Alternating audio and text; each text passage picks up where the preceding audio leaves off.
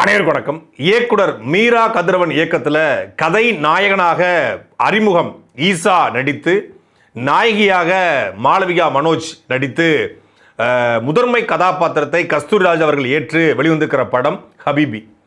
ஹபீபி அப்படின்னோடனே ஒரு இஸ்லாமிய சமூகம் சார்ந்த ஒரு படமாக இருக்கும் அப்படின்னு உட்கார்ந்தா, இதுவரைக்கும் நாம் திரைத்துறையில் பார்த்து பழக்கப்பட்ட இஸ்லாமியர்னால் இப்படி தான் இருப்பாங்க. பொதுவாக தமிழ் சினிமா இஸ்லாமியரை எப்படி பயன்படுத்துச்சு அப்படின்னா, இஸ்லாமியர்னா நம்மளுக்கே வட்டி கொடுக்குறான், நம்மளுக்கு வட்டி வாங்குறான் அப்படின்னு சொல்லி இந்த மாதிரி அறகுறை தமிழ் பேசிக்கிட்டு ஒரு வட்டி கொடுக்கக்கூடிய ஒரு ஆளாக இஸ்லாமியரை காட்டினாங்க. அதுக்கப்புறம் பார்த்தீங்கன்னா கறிவெற்ற கடை வச்சுக்கிற பாயா, கறிக்கடை பாயா காட்டினாங்க. அப்புறம் பார்த்தீங்கன்னா சாம்பிராணி போடுற பாயா காட்டினாங்க. அதுக்கப்புறம் பார்த்தீங்கன்னா துப்பாக்கி ஏந்திக்கூடிய பயங்கரவாதிகளாக காட்டினாங்க. இப்போ போதைப் பொருள் கடத்தவனாக, இல்லைன்னா இந்த பேய் படங்களில் பேய் விரட்டுற ஆட்களாக இஸ்லாமியர் சித்தரிக்கப்படுறாங்க. அப்படிப்பட்ட சூழ்நிலையில் இஸ்லாமியர்களுடைய வாழ்க்கை எப்படி இருக்கும், அவங்க வாழ்வியல் எப்படி இருக்கும், அந்த குடும்பத்துடைய உறவு முறைகள் எப்படி இருக்கும், அவங்க பண்டிகைகளை எப்படி அழகாக கொண்டாடுவாங்க.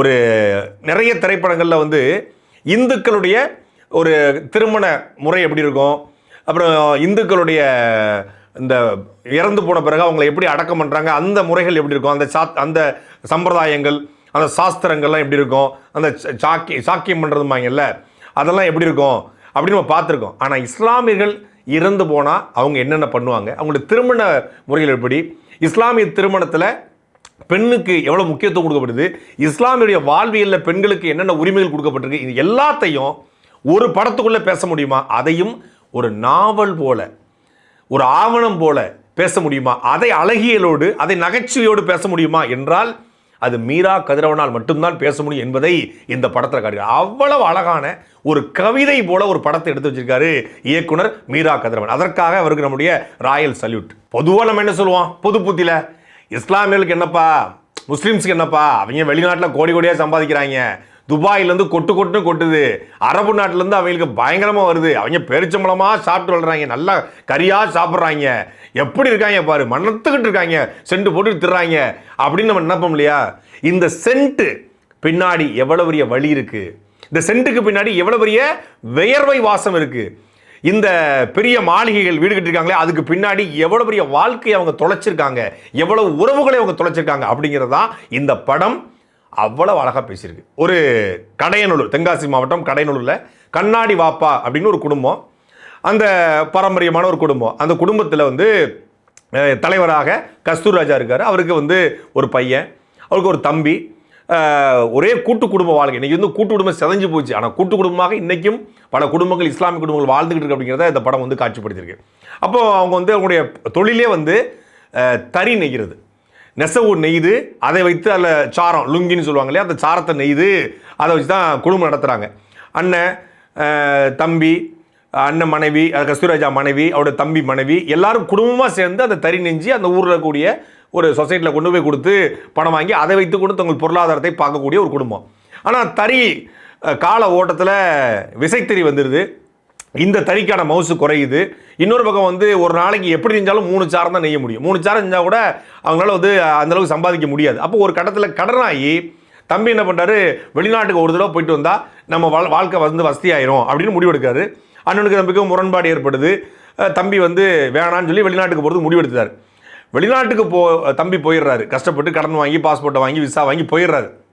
போனதுக்கு பிறகு அவர் தம்பிக்கு திருமணம் முடிஞ்ச கொஞ்ச நாளில் தம்பி போயிடுறாரு. அங்கே தம்பிக்கும் அந்த தம்பி மனைவிக்குமான, அந்த தம்பியாக ஒருத்தர் நடிச்சிருக்கிற புதுமுகம், அவங்க தம்பியோடைய கஸ்தூரிராஜாவுடைய தம்பி மனைவியாகவும் ஒரு புதுமுகம் நடிச்சிருக்காங்க, அனுன்னு நினைக்கிறேன் அவங்க பேர். 2 பேருக்குமான அந்த காதல், பொதுவாக படத்தில் கதை நாயகன் கதை நாயகிக்குமான காதலை தான் அழகாக காட்டுவாங்க, ஒரு கவிதை போல் காட்டுவாங்க. இங்கே ஒரு கிளை கதை, அது அந்த குடும்பத்துக்குள்ளே ஒரு சின்ன உறவு, சித்தப்பா அவங்களுக்கு சாச்சா சாச்சி, அந்த சித்தப்பா சித்தி, இவங்களுக்கான காதலை அந்த 90களில் தான் அந்த படம் ஆரம்பிக்குது.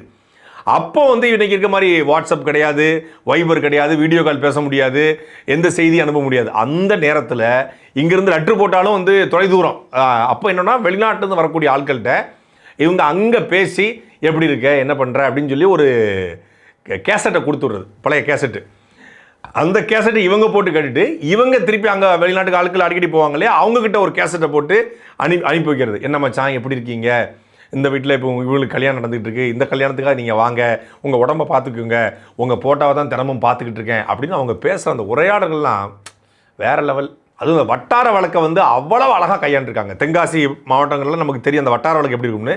அதுலேயும் அந்த கடையனூரில் குறிப்பாக இஸ்லாமிய சமூகத்து உறவுகள் பேசக்கூடிய வட்டார வழக்கை இதுவரைக்கும் எந்த படமும் இவ்வளவு நேர்த்தியாக காட்சிப்படுத்துற, அவ்வளவு நேர்த்தியாக காட்சிப்படுத்திருக்காரு இயக்குனர் மீரா கதிரவன். அப்போ அந்த வெளிநாட்டுக்கு போன அந்த சாட்சியா வந்து சாட்சிக்கிட்ட சாலியா கிட்ட கேட்பார், இந்த மாதிரி கண்ணுக்குள்ளேயே நிற்கடி ஒரு ஃபோட்டோ எடுத்து அனுப்பிவிடுங்கிற காட்சியில் திரையரங்கில் கண்ணை துடைக்காத இல்லை உச்சி கொட்டாத ஆட்கள் இருக்க முடியாது. அப்படி ஒரு நிகழ்ச்சியாக அந்த அந்த அந்த காட்சி எடுத்துருக்க. 2 பேருக்குமான அந்த உரையாடல், 2 பேருக்குமான அந்த காதல் காட்சிகள். படத்தோட கதை அப்படின்னா, இந்த குடும்பத்தில் வெளிநாடு போயிடுறாரு. ஒரு பக்கம் வந்து ஒரு 20 ஆண்டுகள் ஆயிடுது, பையன் வளர்ந்து 15 வருஷம் ஆயிடுது. 15 வருஷம் கழித்து தான் வெளிநாட்டுக்கு போன சித்தப்பா திரும்பி வராரு. திரும்பி வந்தால் இவர் வீட்டெல்லாம் டெவலப் பண்ணுறாப்புல, டெவலப் பண்ண பார்க்குறாரு. அப்போ வந்து திருப்பியும் அந்த தறி ஓடிருக்காங்க. அப்படிங்கும்போது தறி வேணாம், நம்ம தான் கொஞ்சம் வசதி ஆகிட்டோமே, நகைலாம் சேர்த்துட்டோம், எல்லாம் பண்ணிட்டோம் அப்படின்னு சொல்லி அந்த தறியை வந்து வெளியே எடுத்துடுறாங்க. அந்த கால் குழின்னு சொல்கிறாங்க, அதை வெளியே எடுத்துடுறாங்க. வெளியெடுத்த பிறகு பையன் ஒரு பக்கம் வளர்ந்ததுக்கப்புறம் பையன் நிறைய தொழில் செஞ்சு பார்க்குறான், பையனால் முடியலை. அவன் வெளிநாடு போகணும் முயற்சி பண்ணுறான். ஏன் வெளிநாடு போக முயற்சி பண்ணுறான் அப்படின்னா, அவன் அந்த ஊரில் இருக்கக்கூடிய அதே இஸ்லாமிய சமூகத்தை சார்ந்த நிலான்னு கூப்பிட்றான். மாளவிகா மனோஜ் பண்ணியிருக்காங்க. உண்மையிலே ஒரு இஸ்லாமிய குடும்பத்தில் இருக்கக்கூடிய ஒரு பெண்ணு எப்படி இருப்பாங்க அப்படின்னு அதில் யாருமே இது வந்து மாளவிகா மனோஜ், இது வந்து ஈசா, இது வந்து கஸ்தூரி ராஜா, இது வந்து அணு அப்படின்னு தெரியல. எல்லாருமே வந்து மாளவிகா மனோஜ்னா நிலோஃபரா தான் தெரியுறாங்க. அந்த ஈசாங்கிற பையன் வந்து அவன் அபுதாகிரா தான் தெரிறான். கஸ்தூரி ராஜா பார்த்தா யூசுஃபா தான் தெரிறாரு. அந்த அணுவை பார்த்தா சாலியாக தான் தெரிறாங்க. எல்லாமே அந்த கேரக்டராக வாழ்ந்துருக்காங்க. இப்படி பல படங்களில் கேரக்டராக வாழ்வாங்க. ஆனால் இந்த அளவுக்கு தத்ரூபமாக, இந்த அளவுக்கு நேச்சுரலாக யதார்த்தமாக ஒரு கதை மாந்தர்கள் கதையோடு ஒன்ற முடியுமா அப்படின்னா அது வந்து உண்மையிலேயே பெரிய அசாத்தியம். அது இந்த படத்தில் அது நடந்திருக்கு. அப்போது அவன் காதலிக்கிறான். அந்த காதலுக்கு வந்து தடைகள் ஏற்படுது. அந்த தடைகளை உடைக்கணும்னா இப்போ பணம் சம்பாதிச்சா மட்டும்தான் கட்டி கொடுப்பாங்க. ஏன்னா அவங்க பெரிய பணக்கார குடும்பம், இவன் ஓரளவு கஷ்டப்பட்ட குடும்பம். அப்படிங்கும்போது அவன் நண்பன் சொல்கிறான், நீ பணத்துக்கு நீ வந்து வெளிநாடு போயிரு, ஒரு தடவை போயிட்டு வா, அப்புறம் எவன் பொண்ணு கொடுக்க மாட்டான்னு சொல்லுவோன்னு சொல்லி வெளிநாடு போயிட்டு வரான். ஆனால் வெளிநாடு போனவன் 2-3 தடவை வந்து போகிறான். அவனால் திருமணம் தடைப்படுது. ஏன் அவன் திருமணம் செய்யலை, அதுக்கான காரணம் என்ன? அவனுக்கு ஒரு 40 வயசு ஆயிடுது. 20 வயசில் போனவன் 40 வயசில் 15-20 வருஷமாக திருமணம் பண்ணாமலே இருக்கிறான். அப்போ அந்த பொண்ணுடைய வாழ்க்கை என்னாச்சு, அந்த பொண்ணை இவன் திருமணம் பண்ணலையா, ஏன் திருமணம் பண்ணாமல் இருக்கான் அப்படிங்கிறதான் மிச்ச கதை.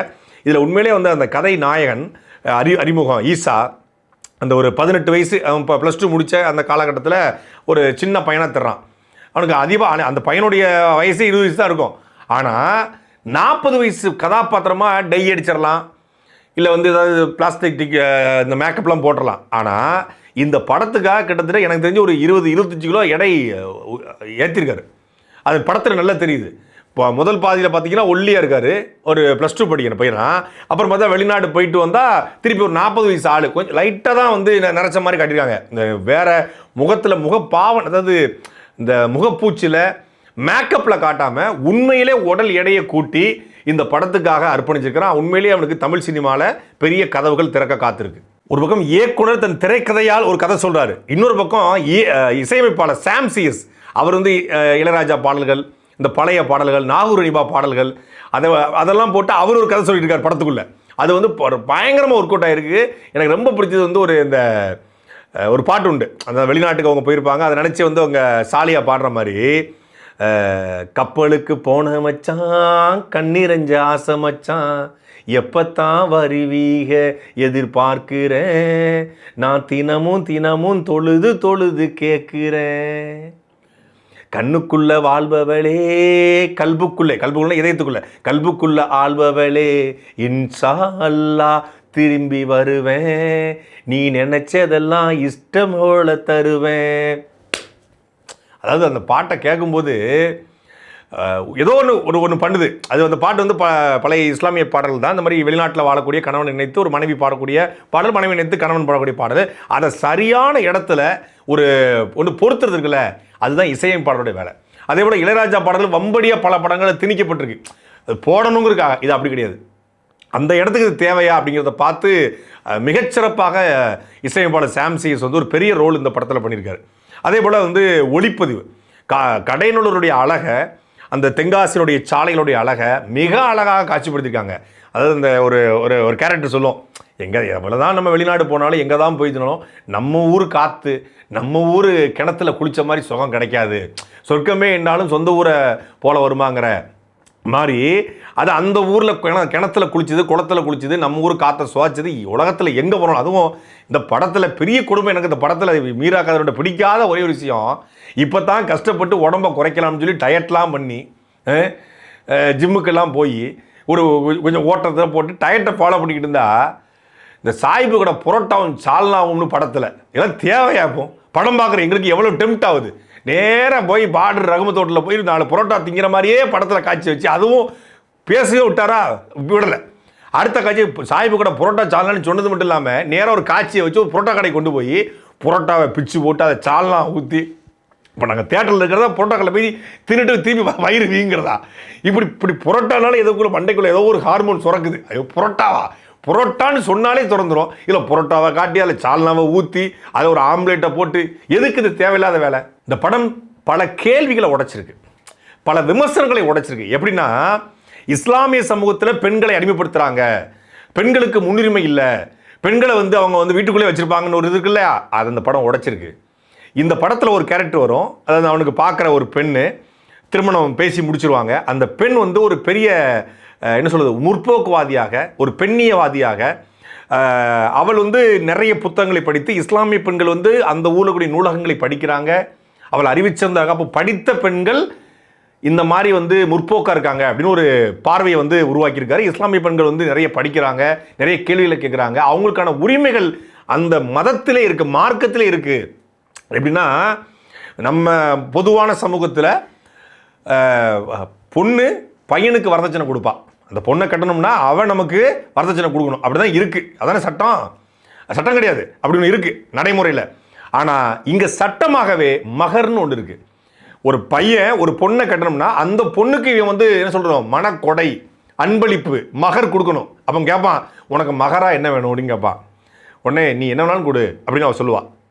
அப்போது இந்த அண்ணன் ஹிமாயன்ட்டெலாம் கேட்டேன்னா மகர்னா என்னென்ன அப்படிங்கும்போது, நிச்சயம் கல்யாணம் முடிக்கும்போது கல்யாணம் முடிக்கிற பெண்ணுக்கு நாம், அதாவது கல்யாணம் முடிக்கிற மாப்பிள்ளை நகையாகவோ இல்லை காராவோ வீடோ ஏதோ ஒன்று அன்பளிப்பாக கொடுக்கணும், கொடுத்து தான் அந்த பெண்ணை வந்து திருமணம் செய்யணும். இதுக்கு பேர் இது கட்டாய சட்டமாக இருக்குது, அவ்வளோ உரிமைகள் கொடுக்கப்பட்டிருக்கு. அதே போல் திருமணத்தின் போது நான் சொன்னால் என் பிள்ளை தாலி கட்டுவா அப்படின்னு தானே பொதுவாக பெண்ணுடைய அப்பா அம்மாக்கள் சொல்லுவாங்க. இங்கே போய் அங்கே பேசிகிட்டு இருக்கும்போது ஜமாத்தார்கள் பெரிய மனுஷங்களாம் இருப்பாங்க, அவங்க சொல்லுவாங்க பொண்ணோட சம்மதத்தை கேளுங்கம்பாங்க.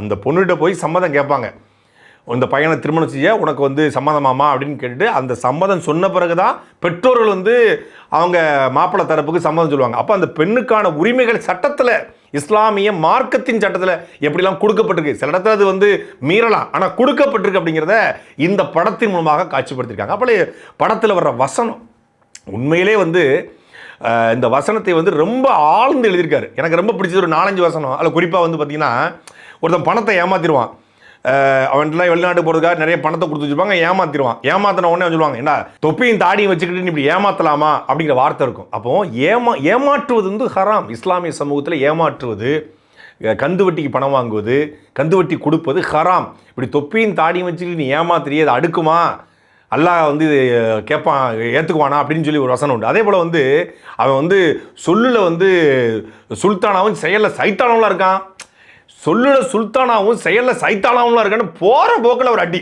சொல்லில் சுல்தான் செயலில் சைத்தானா, நமக்கு பல பேர் மூஞ்சி வந்து போது சொல்லில் சுல்தான் செயலில் சைத்தான்னு. அதை சொல்லும்போது சுல்தான்னா வீரம் போல சொல்கிறான், ஆனால் செயலில் சைத்தா மாதிரிலாம் போய் செஞ்சுக்கிட்டு போயிட்டான் அப்படின்னு போகிற போக்கில் ஒரு அடி அடிச்சு போயிருக்காப்புல. இது வெளிநாட்டுக்கு போகிறவங்களுக்கான படம் மட்டும் கிடையாது, சொந்த ஊர்லேருந்து வெளி மாவட்டத்துக்கு, வெளியூருக்கு, சென்னைக்கு வர்றவங்களுக்கு எல்லாத்துக்கும் பொருந்தும். உழப்ப தேடி உலகத்தில் எந்த மூலைக்கு போனாலும் கல்பும் கண்ணும் சொந்த ஊர் தானையா தேடுது அப்படின்னு வசனம் உண்டு. கல்புனா இதயம், கல்பும் கண்ணும், இதயமும் கண்ணும் வந்து சொந்த ஊர் தான் தேடி அலையுது அப்படிங்கிற மாதிரி. அதேபோல் நீ வெளிநாடு போயிரு, போன சம்பாதிக்கும் போது ஏண்டா வாழ்க்கையை விற்று வாழ்க்கை வாங்க சொல்கிறியா, வாழ்க்கையை விற்று வாழ்க்கை வாங்க சொல்கிறியா, உண்மையிலே சட்டு மண்டைகளை அடித்த மாதிரி வசனம்.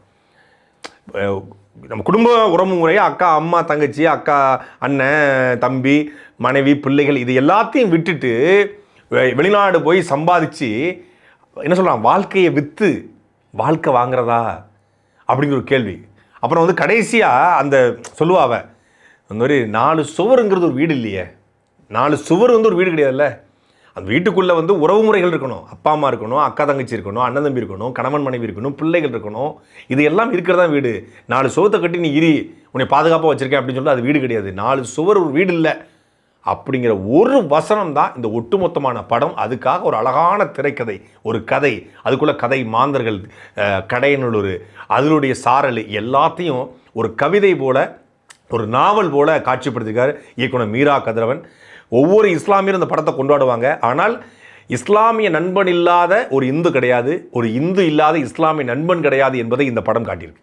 படத்தில் ஒரு கேரக்டர் வரும், ஒரு தென்னந்தோப்பு வச்சிருப்பார்.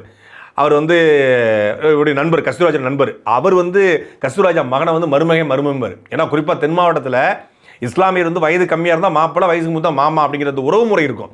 அந்த உறவு முறையை வந்து இந்த படத்தில் காட்சிப்படுத்துவார். அவருக்கு அந்த படம் முழுக்க ட்ராவல் ஆவார், தனியாக அவர் இருப்பார். ஆனால் கஸ்தூராஜாவோட நண்பன், கஸ்தூராஜாவுடைய இறுதி காலம் வரைக்கும் அந்த நண்பன் வந்து கூடவே இருப்பான், நல்லது கட்டத்தில் அவன் வந்து பங்கெடுப்பான். அப்போ இஸ்லாமியர்களுக்கு ஒரு இந்து நண்பன் ஏதோ ரூபத்தில் இருப்பான். இந்த உறவு முறை வந்து தமிழ்நாட்டில் மட்டும்தான் சாத்தியப்படும். அதனால தான் தமிழ்நாட்டுக்குள்ளே இந்துக்களையும் இஸ்லாமியர்களையும் யாராலையும் பிரிக்க முடியல அப்படிங்கிறத இந்த படம் பேசாமல் பேசியிருக்கிறது. இஸ்லாமிய சமூகத்தின் மீதான ஒரு பொது பார்வையை, பொது புத்தியை நிச்சயமாக இந்த படம் மாற்றும். இன்ஷா அல்லாஹ் இது போல நிறைய படங்கள் வரணும். இறைவன் மிகப்பெரியவன், இறைவன் போதுமானவன். சாட்டை எடுத்து நாட்டை திருத்து.